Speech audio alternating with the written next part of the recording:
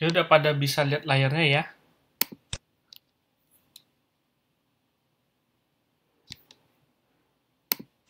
Bisa, Pak. Oke.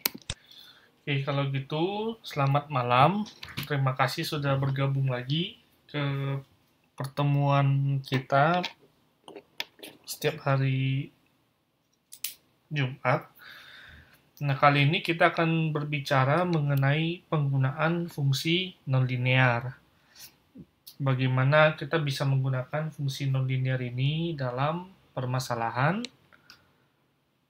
sehari-hari. Jadi, kalau di modulnya itu difokuskan karena kita juga berbicara mengenai manajemen ya. Jadi difokuskan untuk berbicara pada permintaan dan penawaran. Nah, seperti yang mungkin sudah pernah saya singgung sebelumnya, bahwa tidak selamanya di permintaan dan penawaran, di harga barang dan kuantitas barang itu berhubungan linear, atau bisa dikatakan hampir tidak mungkin. Karena kenapa? Karena sekali lagi, ke contoh yang kemarin ya, katakanlah kita dikasih uang, diberi uang 1 juta. Apakah kalau kita diberi uang 100 juta, kebahagiaan kita menjadi 100 kali lipat lebih besar, misalnya? Apakah kalau kita diberi lebih sedikit 100.000, apakah kebahagiaan kita menurun hingga 100, jadi 0,1 aja, kalau 1 jutanya adalah 1 ya. Nah, itu kan tidak selalu berbanding lurus. Kadang bisa jadi hanya 0,5. Atau seperti contohnya, ada yang pakai HP harganya 4 juta. Ada yang pakai HP harganya 4,1 juta. Apakah yang pakai HP 4,1 juta ini lebih bahagia dibanding yang pakai HP 4 juta? Kan belum tentu. Nah, jadi ini adalah bentuk hal-hal yang tidak berhubungan linear. Hal-hal di mana di dunia ini hampir semua hal itu tidak ada yang berhubungan secara linear. Jadi, pembelajaran fungsi nonlinear ini sangat baik untuk memodelkan sebenarnya, untuk memodelkan permasalahan-permasalahan khususnya di bidang ekonomi, gitu. Nah, konsepnya sama seperti yang kemarin, mungkin kalau sejak 2 minggu lalu kita udah belajar mengenai lingkaran, mengenai elips, mengenai parabola, hiperbola. Nah, mungkin ada yang bertanya, loh ngapain sih kita belajar lingkaran? Secara kan kita kan jurusan manajemen ya. Ngapain sih belajar-belajar lingkaran? Kayaknya kayak tidak terlalu berguna begitu. Nah, di sini kita nanti akan melihat bentuk-bentuk lingkaran, parabola, elips itu sebenarnya adalah untuk menggambarkan kurva yang tidak lurus, kurva yang belok. Jadi kita bisa saja mengibaratkan kurva yang belok ini itu adalah membentuk suatu lingkaran atau membentuk suatu hiperbola, seperti gambar di samping. Kalau dia garis lurus, otomatis dia bukan berbentuk lingkaran. Kalau lurus, berarti kan dia adalah linear. Kalau dia melengkung, sudah pasti, ini materi 2 minggu yang lalu ya, kalau dia melengkung, itu sudah pasti dia non-linear. Kalau kita lihat kurva yang ada di gambar ini, itu kan sudah pasti melengkung ya. Itu berarti sudah pasti non-linear. Seperti itu. Jadi, belajar lingkaran, belajar elips, belajar hiperbola kemarin itu berguna di saat-saat seperti ini. Seperti itu. Nah, ini juga untuk mengingatkan kembali, kalau dia dikatakan non-linear, berarti dia tidak berbentuk garis lurus ya. Garisnya melengkung.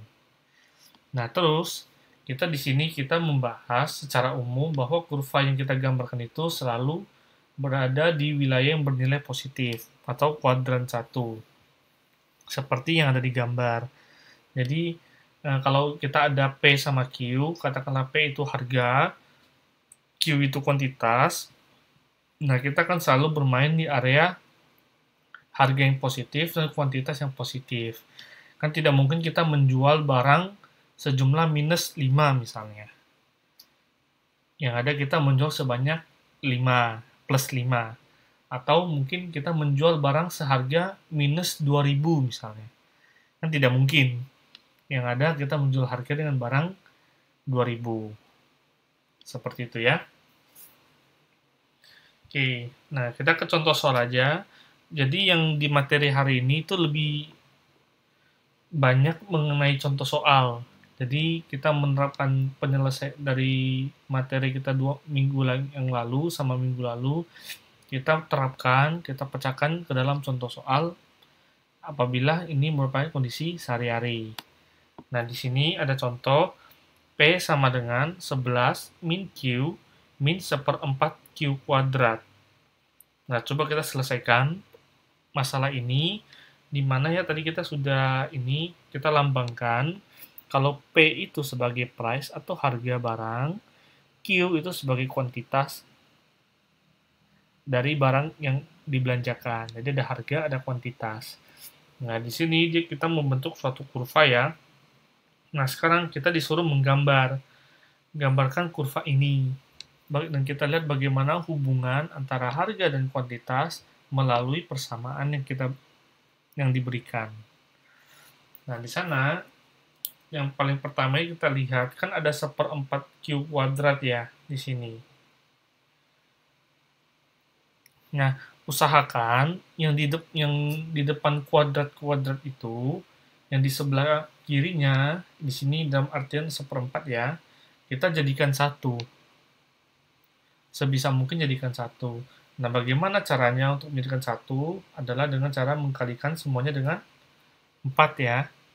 Berarti P nanti menjadi 4P, 11 menjadi 44, min Q menjadi min 4Q, min 1/4 Q kuadrat akan menjadi Q kuadrat.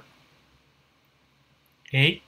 Nah, dari sini kita pindah ruaskan yang P ke kanan, yang Q ke kiri, maka jadilah Q kuadrat plus 4Q sama dengan min 4P tambah 44. Nah, di sini kita lihat, karena kita ingin menyelesaikan Q kuadrat, itu kan kita tahu ya, itu adalah fungsi kuadrat, jadi kita perlu mencari akar-akarnya. Oke, cara paling gampang mencari akar-akar adalah kita cari fungsi yang bentuk kuadrat yang mempunyai akar-akar identik. Identik itu maksudnya nilai akarnya sama. Oke, nah di sini cara yang paling gampang adalah kita jadikan Q plus 2 kuadrat. Ya kan, jadi kita dari masing-masing kedua ruas kita tambahkan dengan 4. Jadi yang pertama menjadi Q kuadrat plus 4Q plus 4 itu sama dengan min 4P plus 44 plus 4, jadi 48. Oke.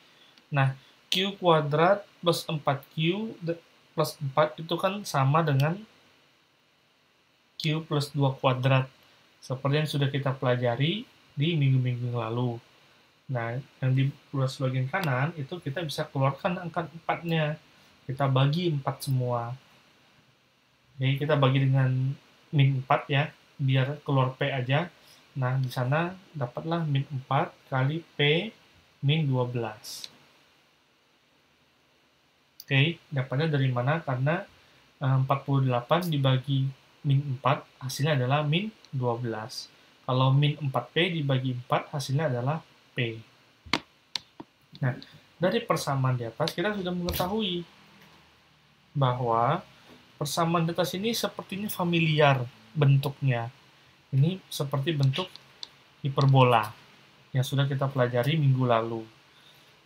Kalau kita lihat dengan seksama ya, ada Q plus sesuatu atau minus sesuatu kuadrat sama dengan 4P buka kurung sesuatu minus sesuatu. Jadi ini rumusnya udah saya copy dari modul yang kemarin. Nah, jadi dari sini bisa tahu bahwa P atau keterbukaannya, apakah nanti kurvanya terbuka ke atas atau ke bawah, adalah minus 1. Kalau dia minus, artinya dia terbuka ke bawah. Kalau dia plus, artinya dia terbuka ke atas. Kemudian kita bisa lihat juga K-nya, titik pusatnya. Oke, yang pertama adalah min 2, karena kan seharusnya X min K ya di sini. X min K kuadrat. Tapi di sini kita ketemunya Q plus 2. Berarti K-nya adalah minus 2. Kemudian H-nya kan kita di rumusnya adalah Y min H ya. Di sini pas P min 12. Berarti H-nya adalah 12. Jadi kita sudah ketemu nih titiknya si kurva ini, nanti dia berada di min 12,12 titik perputarannya, pivotnya. Oke. Nah, kemudian kita perlu menggambarkan kurva ini ya, jadi kita perlu mencari titik-titik bantuan. Nah, titik-titik bantuan tersebut kita bisa cari dengan memisalkan jika P sama dengan 0. Oke, supaya gampang menggambarkan saja. Oke, jika P-nya sama dengan 0, maka Q-nya berapa? Q-nya adalah, nah kita masukkan saja P-nya sama dengan 0 di sini ya. Jadi Q plus 2 kuadrat sama dengan min 4 kali 0 minus 12. Berarti Q plus 2 kuadrat itu sama dengan min 4 kali min 12, atau itu sama dengan 48. Oke, nah berarti kita tinggal mengakarkan saja. Nah, Q plus 2 kuadrat itu kan dapat dicapai dengan Q plus 2 dikuadratin, atau minus Q plus 2 dikali minus Q plus 2. Ya kan, karena akar positif itu dapat dicari dengan positif kali positif atau negatif kali negatif, jadinya positif juga. Contohnya angka 4 ya. Angka 4 kan itu bisa dari 2 kali 2. Juga bisa dari minus 2 kali minus 2. Seperti itu. Nah, jadi di sini kita akarkan masing-masing ya kedua ruas, baik itu Q plus 2 kuadratnya maupun 48-nya. Ini kita masing-masing kita akarkan. Dapatlah yang pertama kalau kondisi 1 kalau dia bernilai positif, kondisi 2 kalau dia bernilai negatif. Sama-sama sama dengan 48. Oke, di sini kita tahu bahwa akar 48 ini sama dengan 6,928. Ini sudah saya cari. Nah, berarti yang untuk kasus plus itu nilainya nanti akan menjadi 4,928. Oke, untuk kasus negatifnya, Q-nya nanti akan menjadi minus 8,928. Untuk Q kasus negatifnya, tadi kita sudah sepakat ya, bahwa dalam kasus ini kita tidak mungkin menjual barang sejumlah negatif. Nah, nanti di Q yang kedua ini opsinya kita tidak pertimbangkan. Ini karena dia bernilai negatif. Kita hanya pakai Q yang pertama karena dia bernilai positif. Nah, kalau sebelumnya kita memisalkan P sama dengan 0 untuk mencari nilai Q, kita juga bisa sekarang memisalkan Q sama dengan 0 untuk mencari nilai P. Mudah saja, kita tinggal masukkan saja Q-nya sama dengan 0 ke dalam persamaan, ya, menjadi 0 plus 2 kuadrat ya, sama dengan minus 4 P min 12. 0 plus 2 kuadrat itu kan nanti adalah sama dengan 2 kuadrat ya, atau sama dengan 4. Oke, kemudian minus 4 P minus 4 kali P min 12 itu sama dengan minus 4P plus 48. Oke, berarti kita pindah ruaskan P-nya ke ruas kiri, 4-nya ke ruas kanan, hasilnya adalah 4P sama dengan 48 dikurangkan dengan 4. Berarti 4P sama dengan 44, P-nya sama dengan 11. Nah, jika Q-nya sama dengan 0, maka P-nya 11. Oke, kita gambarkan 1, 2, ketika Q-nya 0 ya, P-nya 1, 2, 3, 4, 5, 6, 7, 8, 9, 10, 11. Ada di sini. Oke, kemudian kita juga punya jika P-nya yang 0, Q-nya 4,928. Oke, berarti jika P-nya yang 0, maka Q-nya 1, 2, 3, 4,928. Katakanlah kira-kira ada di titik biru tersebut. Nah, sekarang titik puncaknya, titik baliknya itu ada di angka tadi K, H ya, min 2,12. Ada di min 2, min 1, min 2,12. 1, 2, 3, 4, 5, 6, 7, 8, 9, 10, 11, 12. Nah, kira-kira nanti kurvanya akan berbentuk seperti itu. Oke. Nah, kenapa ada garis putus-putus di sini? Di sini kan kita punya garis putus-putus ya. Yang ini ya, yang saya highlight warna hijau. Yang saya tebalkan warna hijau. Itu saya beri garis putus-putus karena apa? Tadi kembali lagi kita berbicara mengenai harga dan barang. Di mana harga dan jumlah barang. Di mana harga dan jumlah barang ini selalu bernilai positif. Jadi untuk kasus yang seperti ini, yang saya beri garis putus-putus, itu tandanya kurvanya tidak berlaku di kondisi tersebut. Jadi hanya berlaku kurva yang saya highlight warna kuning ini. Seperti itu. Jadi kurva dari P plus 11 min Q min 1/4 Q kuadrat, itu kalau digambarkan seperti ini. Tidak ada kasus negatifnya. Oke. Contoh lagi. Ini contoh nomor 2 ya. Gambarkan kurva permintaan yang ditunjukkan oleh persamaan Q kali P ditambah 2P sama dengan 20. Oke. Cara menyelesaikannya sama, kita perlu mengetahui ini sebenarnya bentuk apa. Kenapa? Pak, instruksi sebentar boleh Pak? Iya. Saya belum paham yang bagian menggambar kurvanya itu tadi Pak. Oh ya. Boleh tolong diulangi sedikit Pak? Baru nanti lanjut ke contoh yang lain. Oke, boleh. Terima kasih Pak.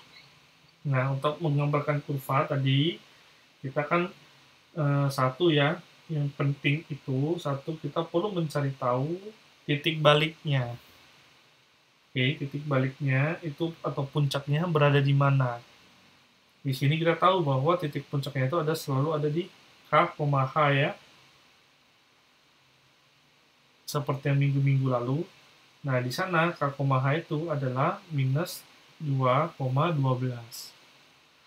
Oke, informasi penting kedua, kita perlu mengetahui bahwa kurvanya nanti terbuka ke atas seperti ini, atau terbuka ke bawah seperti ini, atau terbuka ke kanan, atau terbuka ke kiri. Jadi ada banyak kemungkinan. Nah, untuk mengetahui yang paling gampang, kita lihat nilai P-nya. Dalam kasus ini kan yang kuadrat kan ini ya, Q-nya ya. Yang pangkat 2-nya bukan P-nya ya. P kan di sini kan yang pangkat 2 kan Q-nya, bukan P. Nah, otomatis kita lihat lagi di sini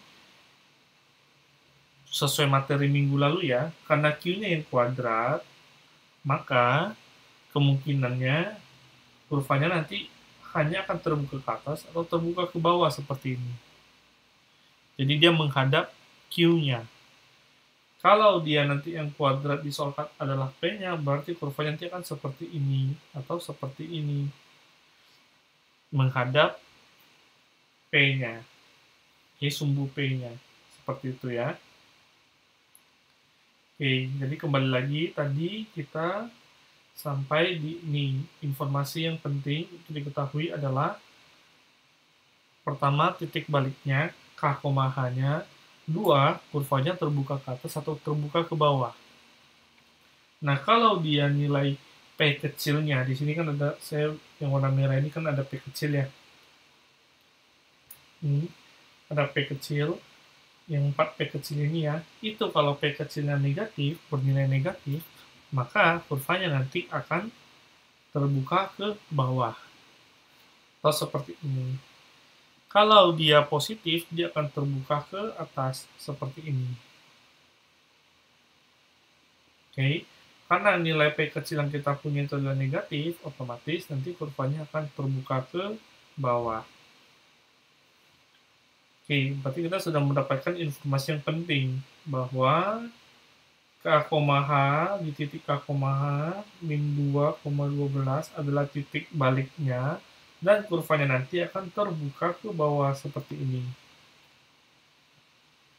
Nah, sekarang untuk mempermudah kita menggambarkan grafik, kita perlu mencari titik bantu nih, karena kita cuma baru tahu kasus yang ini nih. Kalau saya merah-merah ini ya kira-kira seperti ini. Cuma kita nggak tahu dia akan curam ke titik-titik berapa. Nah, kita perlu mencari titik-titik bantu. Ini yang saya merah-merahkan. 1, 2, 3. Oke, jadi kita perlu mencari titik-titik bantu 3 ini untuk membantu kita menggambarkan kurvanya. Nah, cara mencari titik bantu yang paling gampang, kita misalkan saja. Karena kita ada dua sumbu ya, ada Q dan ada P ya. Jadi kita misalkan salah satunya bernilai 0. Contoh yang pertama, kita kan misalkan jika P sama dengan 0, maka Q-nya berapa? Dari sini kita bisa mencari bahwa jika P sama dengan 0, Q-nya nanti itu akan bernilai di antara 4,928 atau minus 8,928.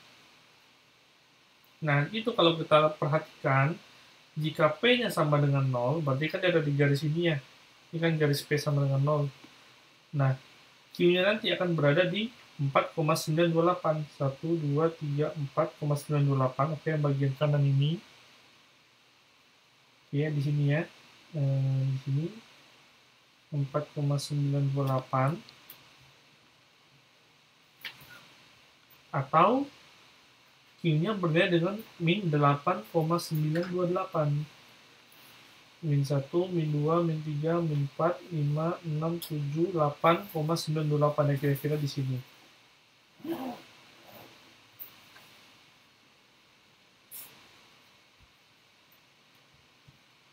Oke, berarti kita sudah mendapatkan dua titik bantu. Kita bisa mendapatkan titik bantu tambahan lainnya dengan memisalkan jika Q sama dengan 0. Berarti nanti titiknya ini akan berada di posisi ini ya, sepanjang garis P ini ya, sumbu P. Karena itu adalah titik di mana Q bernilai sama dengan 0. Ini di titik yang ini nih, sepanjang titik sumbu P. Nah, kalau kita misalkan Q-nya sama dengan 0, kita bisa mencari nilai P-nya. Ketemulah kita nilai P-nya adalah 11. Berarti di sini 1, 2, 3, 4, 5, 6, 7, 8, 9, 10, 11. Ya, di sini adalah titik P sama dengan 11. Jadi, atau kalau diformalkan ditulis seperti ini, 0,11. 0 adalah Q-nya, P-nya adalah 11. Nah, kalau yang dua titik yang tadi, kita bisa tulis seperti ini. Karena Q-nya bernilai dan P-nya 0. Oke, karena kita sudah memisalkan jika P sama dengan 0 di atasnya. Nah, dengan bantuan 4 titik ini, min 8,928,0, terus titik puncaknya min 2,12, kemudian titik bantunya yang lain 0,11, dan titik bantu yang terakhir 4,928,0. Nah, dengan bantuan 4 titik ini, kita sudah bisa menggambarkan kurvanya. Oke, maka terbentuklah gambar kurva kira-kira seperti itu. Nah, nanti di sini kita perlu melihat lagi bahwa kita hanya ingin P dan Q yang bernilai positif saja yang kita gambar. Oke, karena kenapa? Ingat lagi, karena tidak mungkin ada orang menjual dengan harga negatif, dan pula tidak mungkin orang menjual dengan jumlah barang negatif.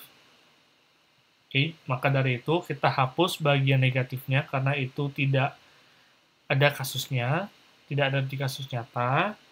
Oke, maka saya beri garis putus-putus. Tapi ini terserah penggambarannya, boleh garis putus-putus, boleh apa, pokoknya ditandai bahwa ini tidak dimasukkan. Yang garis putus-putus itu saya berikan dengan gambar warna hijau ya di grafiknya ya. Nah, kalau yang garis yang dihitung di mana kondisi P positif dan Q positif itu kita beri dengan garis yang tebal. Tandanya itu adalah kurva yang berlaku. Oke, bisa dipahami sampai di sini? Iya, Bapak. Terima kasih. Oke. Kalau udah bisa dipahami, kita coba lagi contoh soal berikutnya. Nah, ini contoh soal kedua. Di sini adalah gambarkan kurva permintaan yang ditunjukkan oleh persamaan QP tambah 2P sama dengan 20. Oke, kita lihat di persamaannya itu masing-masing ada P ya, baik di QP dan juga di 2P. Maka dari itu kita bisa keluarkan P-nya menjadi, persamaannya nanti akan menjadi Q plus 2 kali P sama dengan 20. Itu juga sama artinya dengan Q plus 2 kali P plus 0 sama dengan 20. Nah, ini ada di materi di modul 5, ini saya catat ulang. Di sana dikatakan bahwa apabila asimtot, jadi ini berkaitan dengan soal-soal asimtot lagi, apabila asimtot sejajar dengan sumbu X atau sumbu Y, maka persamaan umum hiperbola akan menjadi X min H kali Y min K sama dengan C. Nah, dari sana kita bisa mengetahui, oh ternyata kurvanya ini berbentuk hiperbola, karena sama dengan formatnya hiperbola ketika asimtot sejajar dengan sumbu X atau sumbu Y. Nah, berarti kita sudah mengetahui bahwa ada garis asimtot di sini. Nah, caranya kita perlu mencari garis asimtotnya. Di manakah garis asimtotnya? Nah, sebelum kita ke garis asimtot, kita cari dulu nih titik yang dapat membantu kita untuk menggambar di manakah kira-kira pusatnya si lingkaran si hiperbola ini. Nah, di sana kita bisa langsung saja mengetahui bahwa pusatnya itu ada di minus 2,0. Oke, ujungnya nilai tertingginya ada di minus 2,0. Nah, kemudian karena kita mengetahui karena K-nya 0 ya, hanya itu bernilai, berarti asimtot tersebut bisa dicari dengan kondisi Q plus 2 itu sama dengan 0. Berarti Q sama dengan minus 2. Nah, di sanalah garis asimtotnya nanti. Oke. Kemudian, kita bisa mencari titik perpotongan di sumbu P, ya, ketika P sama dengan 0, itu bagaimana. Jadi ini kita mencari garis bantu untuk menggambarkan kurvanya. Nah, itu bisa kita hitung dengan mengasumsikan bahwa nilai Q-nya sama dengan 0. Berarti kita masukkan lagi ke persamaan Q plus 2 kali P plus 0 sama dengan 20. Berarti 0 plus 2 dikali P plus 0 sama dengan 20, atau 2P sama dengan 20, atau P sama dengan 10. Nah, P sama dengan 10 ketika Q sama dengan 0. Berarti titiknya ada di sini ya, 0,10. Oke, kita sudah mendapatkan garis bantu, titik bantu satu sudah cukup, dan juga garis asimtot. Nah, kita tinggal saja menggambarkan kurvanya ya, kira-kira seperti inilah.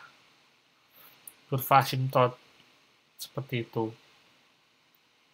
Penggambaran kurva tidak mesti benar-benar identik ya, kita bisa kira-kira aja, karena kalau mau benar-benar identik, kita harus memasukkan satu persatu nilainya, secara banyak, nggak cuma 4 gitu ya, minimal 1000 mungkin, atau 100 titik, baru dah kita bisa menggambarkan kurva yang menyerupai. Tapi kalau untuk kasus ini kita kira-kira aja nggak apa-apa. Dengan alat bantu 1, 2, 3 titik kita sudah bisa menggambarkan kurvanya. Oke.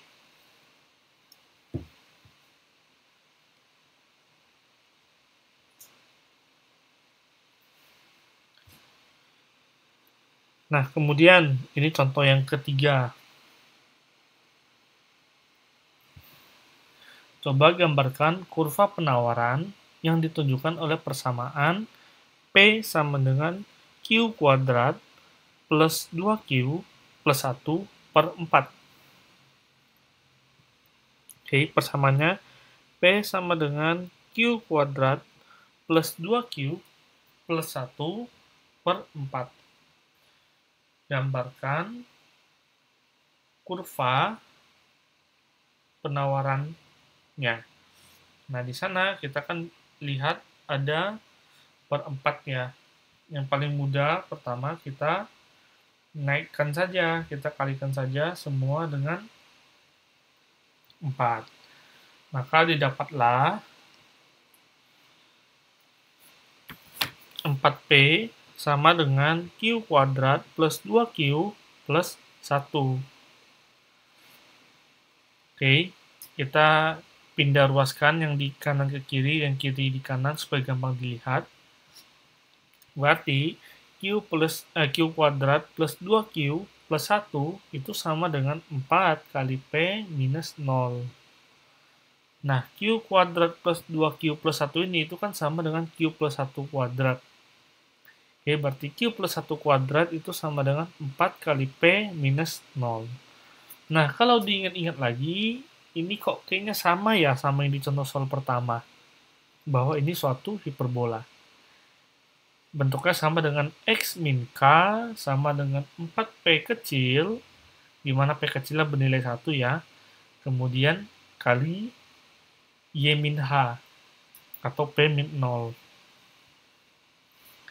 Nah, dari sana kita bisa tahu bahwa titik melengkungnya nanti akan berada di titik minus 1,0 di K, H-nya ya.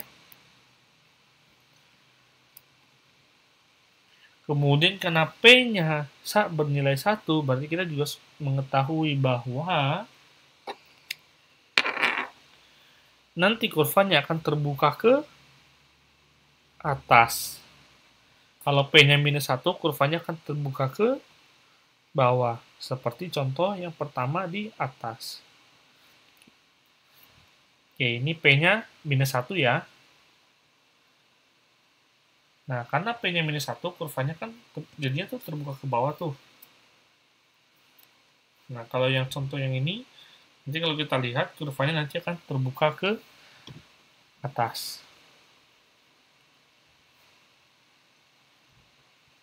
Oke. Nah, karena kita sudah mengetahui titik baliknya dan juga kurvanya nanti akan terbuka kemana, sekarang kita tinggal mencari titik bantu. Titik bantu untuk menggambarkan kurvanya. Oke. Nah, yang pertama, kita misalkan saja, tadi kan untuk mencari titik bantu, cara yang paling gampang apa? Kita misalkan saja P sama dengan 0 dan Q sama dengan 0. Dua kasus. Oke, kasus pertama, jika P sama dengan 0, maka Q berapa? Nah, di P-nya kita tuliskan dengan sama dengan 0, berarti Q-nya nanti akan sama dengan Q plus 1 kuadrat sama dengan 0. Oke, otomatis Q plus 1 sama dengan 0, atau Q akan sama dengan minus 1. Oke, jadi titik bantu yang pertama adalah min 1,0. Oke. Jadi itu sebenarnya tidak terlalu membantu, karena kalau kita lihat lagi, titik baliknya tadi berada di mana? Titik baliknya tadi berada di min 1,0. Nah, sama aja dengan jika kita misalkan P sama dengan 0, kita mendapatkan hasil Q-nya sama dengan min 1. Berarti itu sama saya bernilai dengan min 1,0. Oke, nggak apa-apa. Sekarang kita kasus kedua, bagaimana kalau P yang bernilai 0 adalah Q-nya. Maka P-nya berapa? Berarti 0 plus 1 kuadrat sama dengan 4P, atau 1 sama dengan 4P, berarti P sama dengan 1/4. Oke, berarti titik bantu kedua adalah 0,1/4. Ya, itu ada di sini. 0,1/4.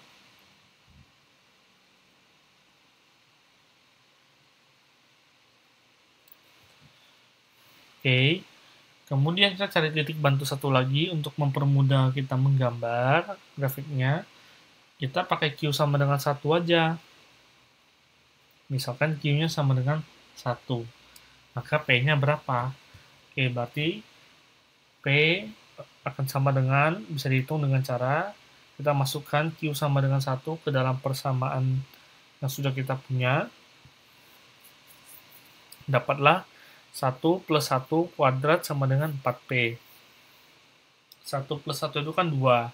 2 dikuadratin itu adalah 4. Berarti 4 sama dengan 4P. Berarti P sama dengan 1. Nah, berarti jika Q bernilai sama dengan 1, maka P juga sama dengan 1. Nah, berarti titiknya ada di mana 1,1? Ada di sini. Oke. Nah, kita sudah punya 3 titik. Tinggal ditarik garis aja. Kita sudah tahu dia bakal terbuka ke atas juga. Ya, kira-kira seperti inilah kurvanya ya. Nah, kita kembali lagi. Kita hanya ingin nilai Q dan P positif. Kita tidak ingin mempunyai nilai Q atau P atau keduanya bernilai negatif. Berarti di wilayah negatif kita beri garis putus-putus. Di wilayah yang positif kita beri dan garis yang lurus saja biasa. Oke. Sampai di sini pertanyaan.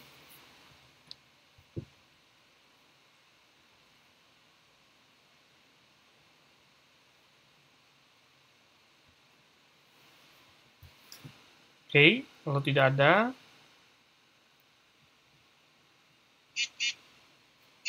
Pak, maaf Pak. oh ya, Ini kan rumus kan banyak banget nih Pak. Ya, macam-macam. Untuk matematika sendiri kita tuh bener-bener harus menghafal rumusnya sama jalan-jalannya ya Pak ya. Itu doang kan? sebenarnya ya untuk kasus-kasus lingkaran seperti ini, karena bentuknya itu hanya ada 3-4 ya, lingkaran, elips, hiperbola, sama yang dengan asimtot. Nah, itu rumusnya kebetulan juga hanya ada 4. Jadi satu bentuk ada satu rumus. Kalau untuk pertanyaannya sekarang, jawaban saya iya harus dihafal. Kalau mau yang lebih nggak banyak hafalan, itu adalah untuk mencari bentuk persamaan yang bisa menggabungkan keempat rumus ini. Dan itu lebih susah harusnya. Jadi itu tidak ada di materi matematika ekonomi. Jadi untuk membuat yang lebih susah tersebut, karena dia bisa menyelesaikan lebih banyak persamaan dengan menghafal 1 atau 2 macam saja, itu lebih ke orang matematika murni biasanya mengerjakan. Seperti itu. Mungkin bisa sih kalau mau di request saya bisa bantu, tapi mungkin bakal susah banget. Dan juga belum tentu kepakai. Seperti itu. Jadi kalau untuk jawabannya sekarang ya mau nggak mau harus dihafal. Seperti itu. Oke. Soalnya kadang ini persamaan kuadrat kan bentuk linearnya banyak gitu loh. Maksudnya kadang sempat bingung juga gitu. Iya, betul. Nah, saya kurang tahu ya di ujian itu nanti ada dibantu rumus apa enggak. Biasanya orang yang ujian matematika itu itu diberi bantuan, boleh melihat rumus, hanya rumusnya aja. Karena biasa di masing-masing bab, biasanya masing-masing modul itu ada rumus-rumus yang dihafal, mungkin 1, 2, 3 macam. Tapi kalau kita berbicara mengenai 9 modul, maka totalnya kurang lebih 27 macam sampai 30 macam. Itu kan lumayan banyak. Nah, jadi biasanya kalau orang ujian matematika itu ada dibantu dengan rumusnya, dikasih tahu rumusnya aja, tapi tidak dengan contoh soal. Nah, mungkin saya juga kurang paham, mungkin bisa ditanyakan saja ke Bapel ya, mungkin apakah nanti di UAS, oh tidak ada UAS ya? Oh ya, jadi kalau begitu, kalau tidak ada UAS mestinya aman. Kalau ada yang UAS, mungkin saya tanyakan apakah ada dibantu dengan rumus-rumusnya. Tapi karena kebetulan semester ini kan tidak ada UAS ya, kalau tidak salah ya. Tidak ada, Pak. Nah, kalau tidak ada UAS kan otomatis semua nilai bergantung pada untuk yang wilayah Taiwan kan nilainya berarti bergantung pada tutorial ya. Iya. Nah, berarti kalau gitu kan tidak usah memperpusingkan masalah rumusnya ya, karena kenapa? Karena tugas yang saya berikan, teman-teman bisa cari di Google, bisa lihat modulnya. Jadi kan rumusnya kan selalu keluar, seperti itu.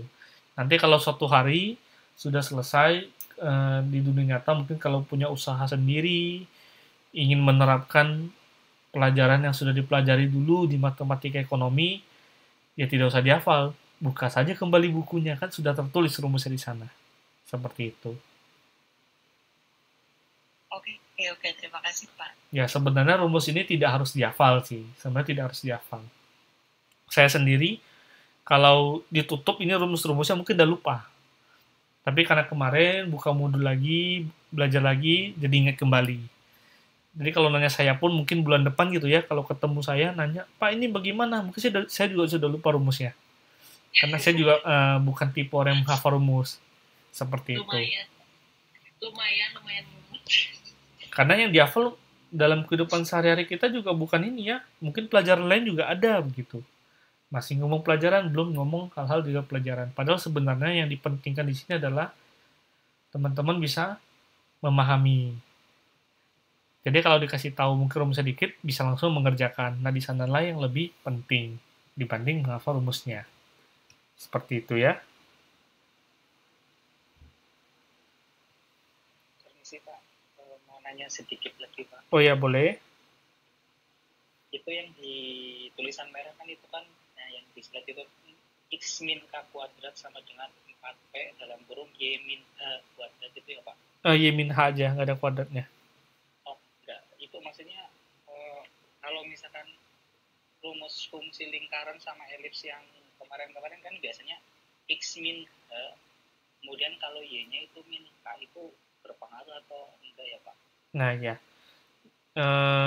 kalau yang di lingkaran kan kalau kita lihat dia Y-nya juga ada kuadrat ya. Iya. Nah kalau di hiperbola dia tidak ada kuadrat. Nah sebenarnya nggak ngaruh sih. Nanti kalau kita cuma menyesuaikan dengan soalnya aja. Kalau soalnya adalah keluar kita punya P-nya kuadrat dan Q-nya kuadrat, itu sudah pasti dia lingkaran atau elips, salah satu. Nah, kita tinggal mencari saja. Nanti gambarnya nanti kurang lebih akan seperti yang kita punya, cuman dia berbentuk bulat penuh. Nah, nanti kalau sudah bisa menggambarkan lingkarannya, sebenarnya cara sama aja. Kalau sudah bisa menggambarkan lingkarannya, kita tinggal menghapus daerah yang memiliki nilai Q atau P atau keduanya negatif. Kita hanya menganggap nilai yang positif, wilayah positif. Seperti itu. Enggak, yang dimaksud sama saya itu yang di garis merah kan X min K.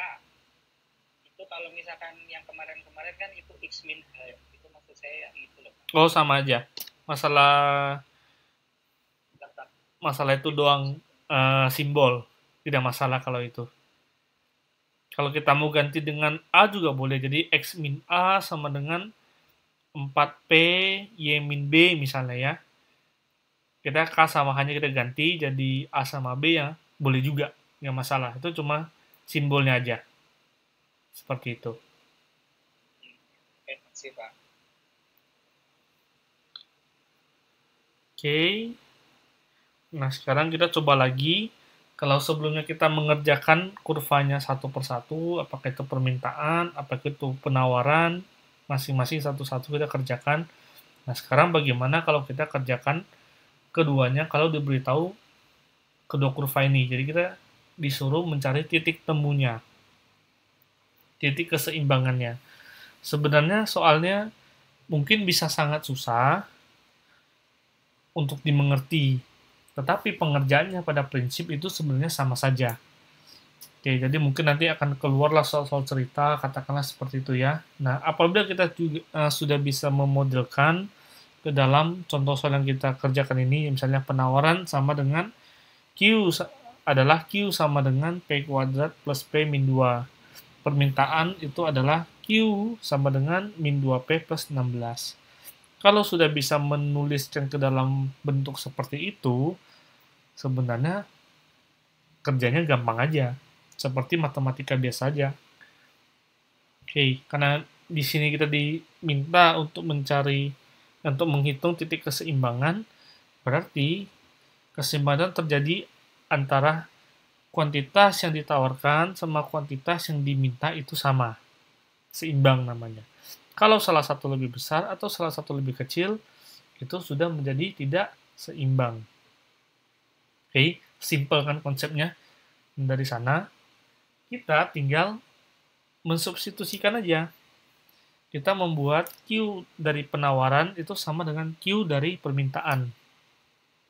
Berarti, Q penawaran kan sama dengan P kuadrat plus P min 2. Sedangkan Q permintaan adalah min 2P plus 16. Berarti P kuadrat plus P min 2 kita samakan dengan min 2P plus 16. Oke, min 2P plus 16-nya kita bawa ke ruas kiri, maka persamanya akan menjadi P kuadrat plus P min 2 plus 2P min 16. Atau P kuadrat sama dengan 3P, ya P plus 2P ya, minus 2 minus 16 berarti minus 18. Sama dengan 0. Nah, di sini itu adalah punya 2 ya, karena P-nya kuadrat, fungsi kuadrat, kita bakal mempunyai 2 nilai P, 2 penyelesaian. Oke, di mana P-nya itu bernilai di antara 3 atau minus 6. Nah, dari sini kita bisa mengetahui bahwa tidak mungkin P itu bernilai minus 6. Masa menjual harga minus? Harga barang kita jual dengan minus. Berarti kalau orangnya mau beli, kita malah kasih uang gitu ya. Nah, itu kan tidak lazim. Nah, berarti P yang kita pakai adalah 3. Oke. Nah, kita pakai P-nya yang 3 ini, kita masukkan ke dalam persamaan. Bebas, mau ke persamaan penawaran boleh, mau ke persamaan permintaan boleh. Hasilnya akan sama saja. Nah, kalau kita masukkan ke dalam persamaan permintaan, contohnya biar lebih mudah, berarti Q itu sama dengan min 2P plus 16.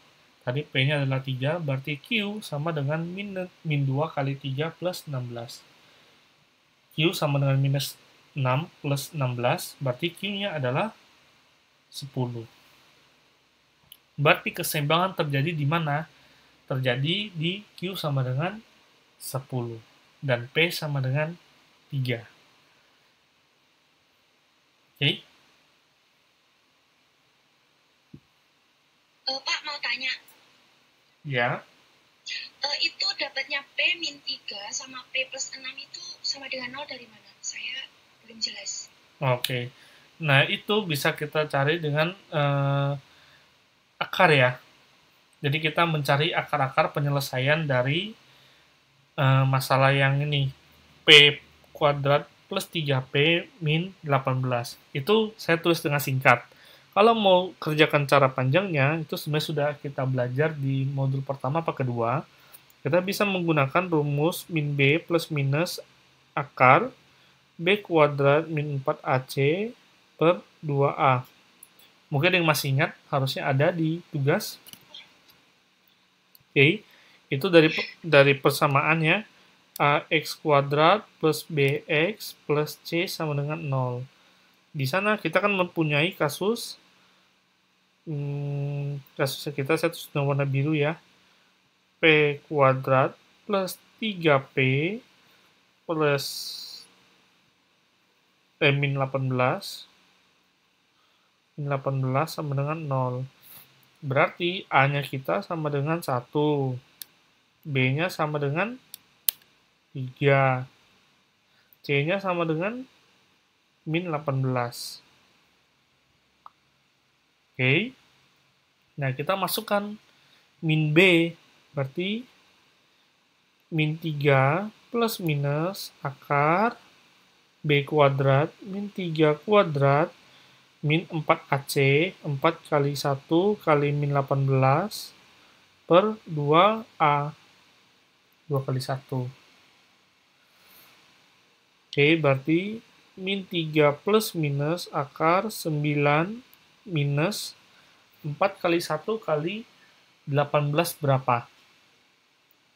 64 ya. Per 2. Oke. Ini min 64 ya, karena min 18. Berarti ini sama juga dengan nilai min 3 plus minus akar 9 plus 64 per 2. Saya perlu kalkulator untuk membantu kita lebih cepat.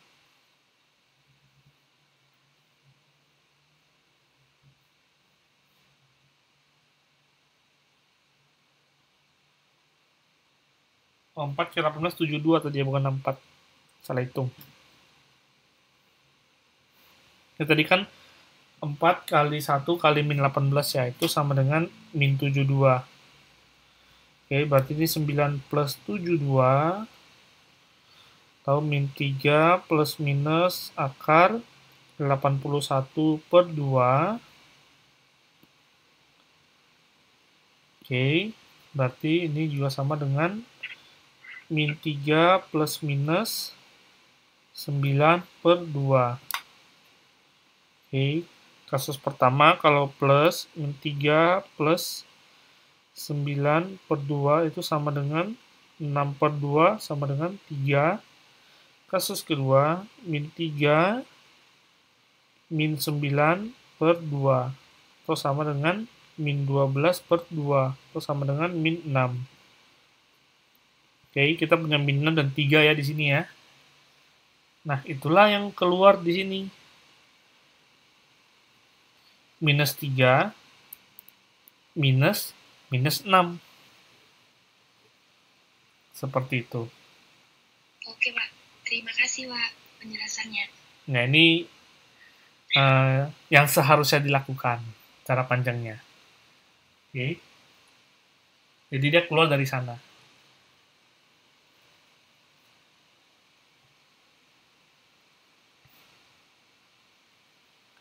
Oke. Oh ya? Terakhir jangan digeser dulu, Pak. Kenapa? Rumusan terakhir jangan digeser dulu, mau ditulis dulu. Oh iya, boleh. Kalau sudah, info ya, biar bisa saya lanjut. Baik. Mau dibesarkan mungkin? Yang ini ya? Boleh, Pak. Ya.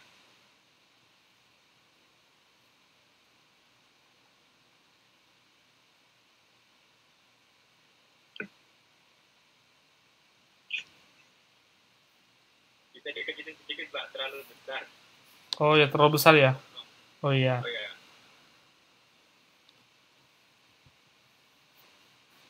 Tunggu, Pak. Udah? Ya. Oke, sip.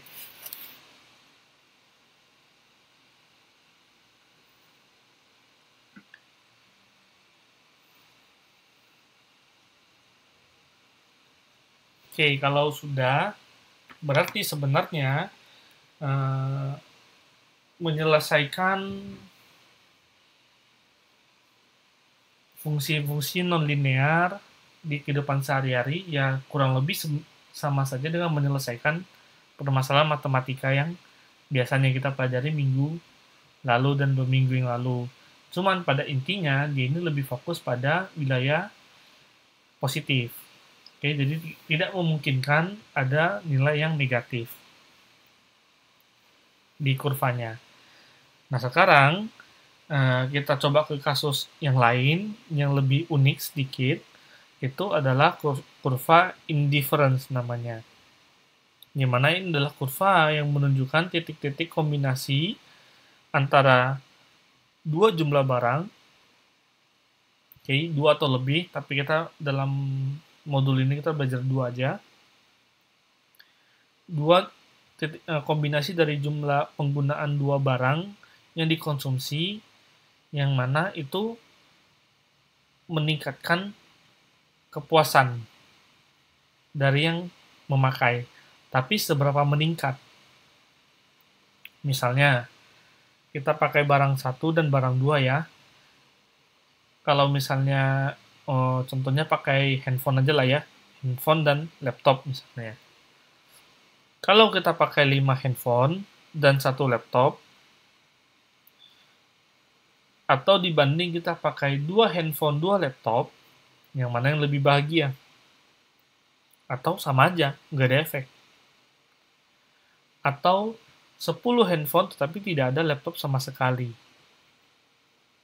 Jadi kira-kira kalau mau dianalogikan, kurva indifference ini ada untuk mengatasi hal-hal seperti ini. Dan yang mana itu ada nilai kepuasan ya. Yang mana kepuasan setiap orang itu bisa berbeda-beda. Nah, jadi di sini adalah titik yang menantangnya. Oke. Karena kita juga berusaha menilai sesuatu yang sebenarnya agak abstrak. Puas menurut si A belum tentu puas menurut si B misalnya. Jadi ini ada unsur subjektivitasnya. Nah, tapi kita berusaha untuk menghitung semua subjektivitas ini.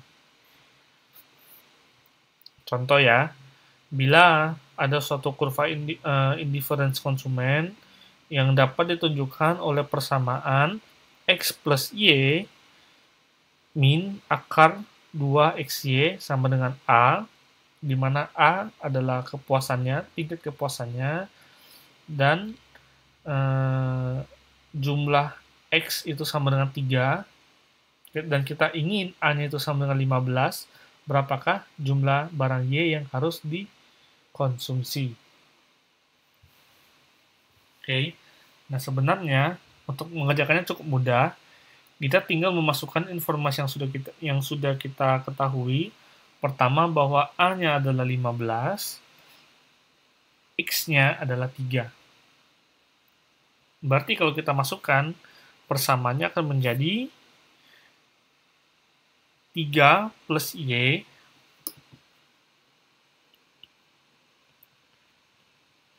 minus akar 2 kali 3 kali Y sama dengan 15. Berarti 3 plus Y minus akar 6Y itu sama dengan 15. Y plus 3, 15-nya kita pindahkan ke ruas kiri, min 6Y-nya min akar 6Y-nya kita pindahkan ke ruas kanan, berarti hasilnya adalah minus 15 dan akar 6Y. Plus 3 dan minus 15 adalah minus 12 ya, berarti Y minus 12 itu sama dengan akar 6Y. Cara untuk menghilangkan akar 6Y adalah kita kuadratkan. Kalau kita kuadratkan otomatis kedua ruas harus dikuadratkan, berarti Y plus 2-nya Y min 12-nya dikuadratkan, dan akar 6Y-nya dikuadratkan. Y min 12 kuadrat itu adalah Y kuadrat min 24Y plus 144 ya. Dan akar 6Y kuadrat itu adalah 6Y. 6y-nya kita pindahkan ke ruas bagian kiri, berarti y kuadrat minus 24y minus 6y plus 144 sama dengan 0. Berarti y kuadrat minus 30y plus 144 adalah sama dengan 0. Oke, sekarang kita cari lagi. Berapakah nilai y untuk menyelesaikan persamaan di atas? Kembali ke rumus yang sama. Min b plus minus akar b kuadrat min 4ac per 2a. Oke, berarti A-nya berapa, B-nya berapa, C-nya berapa? A-nya 1, B-nya minus 30, C-nya 1, 4 ya. Berarti min B, min 30, plus minus akar min 30 kuadrat, min 4AC ya, 144 per 2A. 2 kali 1. Berarti sama dengan 30 plus minus akar 900 minus 576 per 2. 900 kurang 576 adalah 324, berarti 30 plus minus akar 324 bagi 2. Akar 324 adalah 18, berarti 30 plus minus 18 bagi 2. Penyelesaian 1, jika plus, berarti 30 plus 18 per 2, atau sama dengan 48 per 2, atau sama dengan 24. Untuk yang kasus 2, 30 minus 18 bagi 2 atau 12 per 2 atau sama dengan 6. Berarti di sini ada 2 penyelesaian, 24 atau 6. Oke. Jadi Y-nya itu sama dengan 24 atau sama dengan 6. Itu bisa membuat kepuasan pelanggan menjadi 15 satuan, di mana X sama dengan 3. Jadi Y-nya tinggal pilih. Seperti itu ya.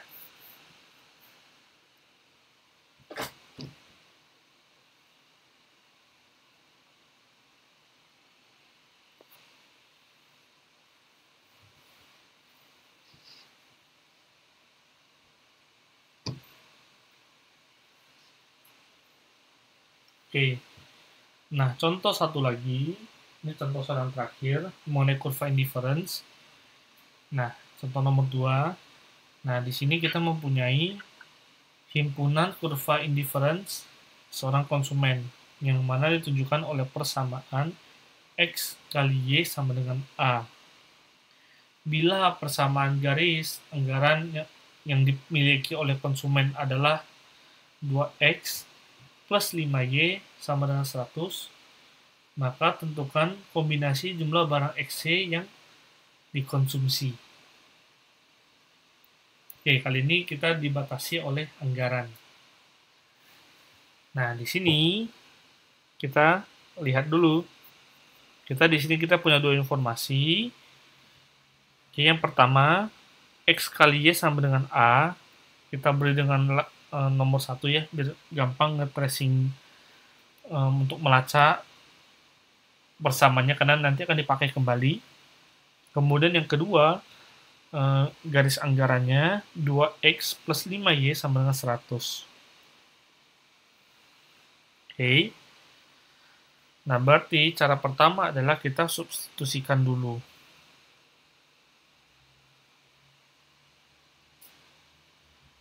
Oke. Nah, cara mensubstitusikannya, salah satunya dirubah. Di sini kita rubahnya adalah yang pertama, X kali Y sama dengan A, berarti Y sama dengan A per X. Y sama dengan A per X kita masukkan ke dalam yang fungsi nomor 2, ke persamaan nomor 2. Nah, ini akan menjadi 2X plus 5 kali A per X sama dengan 100. kita semuanya kalikan dengan X, hasilnya adalah 2X kuadrat kali 5A kali 100X. Oke, berarti 2X kuadrat minus 100X kita pindahkan ke ruas kiri, plus 5A harus bernilai sama dengan 0. Ini menjadi persamaan ketiga. Nah, di sini kita ingin mempunyai jawaban akar kembar. Akar kembar itu adalah yang penyelesaiannya sama. Setelah di B kuadrat plus minus akar B kuadrat, setelah minus B plus minus akar B kuadrat min 4AC per 2A, itu sama nilainya. Otomatis, angka yang di dalam akar ini kita harus usahakan dia bernilai sama dengan 0. Oke, berarti B kuadrat min 4AC itu kita usahakan sama dengan 0. A-nya sama dengan 2, ya. B-nya sama dengan minus 100, C-nya sama dengan 5A. Oke, berarti B kuadrat min 4AC harus sama dengan 0. Berarti B-nya minus 100. Berarti 100 minus 100 kuadrat min 4 kali 2 kali 5A harus sama dengan 0. 4 kali 2 kali 5A itu adalah 40A. Ya. Berarti 10.000 minus 40A sama dengan 0. 10.000 sama dengan 40A. Atau A sama dengan 10.000 bagi 40. Atau A sama dengan 250. Oke. Kembali ke persamaan nomor 3. 2X kuadrat min 100X min 5A sama dengan 0. Kita sudah dapat nih, A-nya sama dengan 250. Kita masukkan 250-nya. Oke. Kita masukkan 250-nya. Berarti nanti akan membuat hasilnya menjadi 2X kuadrat min 100X plus 1250 sama dengan 0. Atau kalau semuanya kita bagi dengan 2, hasilnya adalah X kuadrat min 50X plus 625. Oke, kita perlu mencari akar-akarnya. Ya, akar-akarnya untuk menyelesaikan penyelesaian tersebut. Caranya bagaimana? Sama dengan min B plus minus akar B kuadrat min 4AC per 2A. Lagi-lagi rumus ini dipakai, dibolak-balik pakai aja terus ya. Jadi mungkin lama-lama bisa hafal rumus ini, karena untuk menyelesaikan hampir selalu dengan rumus yang sama. Oke. Ingat. Min B plus minus akar B kuadrat min 4AC per 2A. Berarti di sini A-nya berapa, B-nya berapa, C-nya berapa. A-nya kan 1, B-nya min 50 ya, C-nya 625. Masukkan saja semua nilainya. Min 50 plus minus akar min 50 kuadrat min 4 kali 1 kali 625 per 2 kali 1. Berarti 50 plus minus 2.500 kurang 2.500 per 2. Berarti 50 plus minus 0 per 2. Berarti X-nya adalah 25. Oke. Nah, jika X-nya 25, maka Y-nya berapa? Karena kan tadi yang dicari adalah X dan Y ya. Nah, kita masukkan ke persamaan nomor 2. Nah, yang ini. 2X plus 5Y sama dengan 100. Yang sudah diketahui oleh soal. Ini tadi persamaan apa? Persamaan anggaran. Garis anggarannya. Berarti karena kita sudah mengetahui nilai X, maka kita tinggal memasukkan nilai X tersebut ke fungsi anggarannya tadi. Ke persamaan anggarannya tadi. Berarti kalau kita masukkan X-nya sama dengan 25, hasilnya nanti akan menjadi 2 kali 25 tambah 5Y sama dengan 100. Atau 50 tambah 5Y sama dengan 100. 5Y sama dengan 100 kurang 50. Atau 5Y sama dengan 50. Atau Y sama dengan 10. Berarti X-nya nanti adalah 25 dan 10. Oke, sampai sini ada pertanyaan?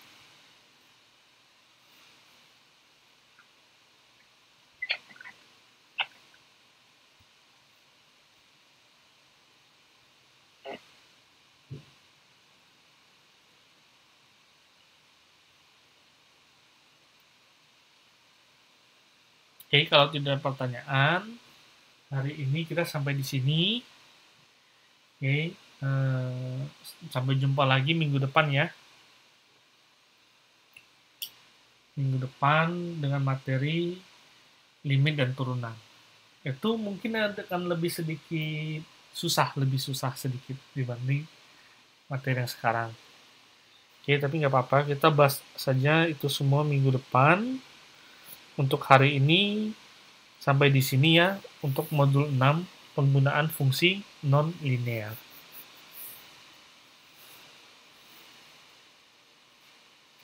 Oke, selamat malam, selamat beristirahat. Terima kasih sudah bergabung ya. Malam. Selamat malam, Pak. Malam, Pak. Terima kasih, Pak. Oke, sama-sama.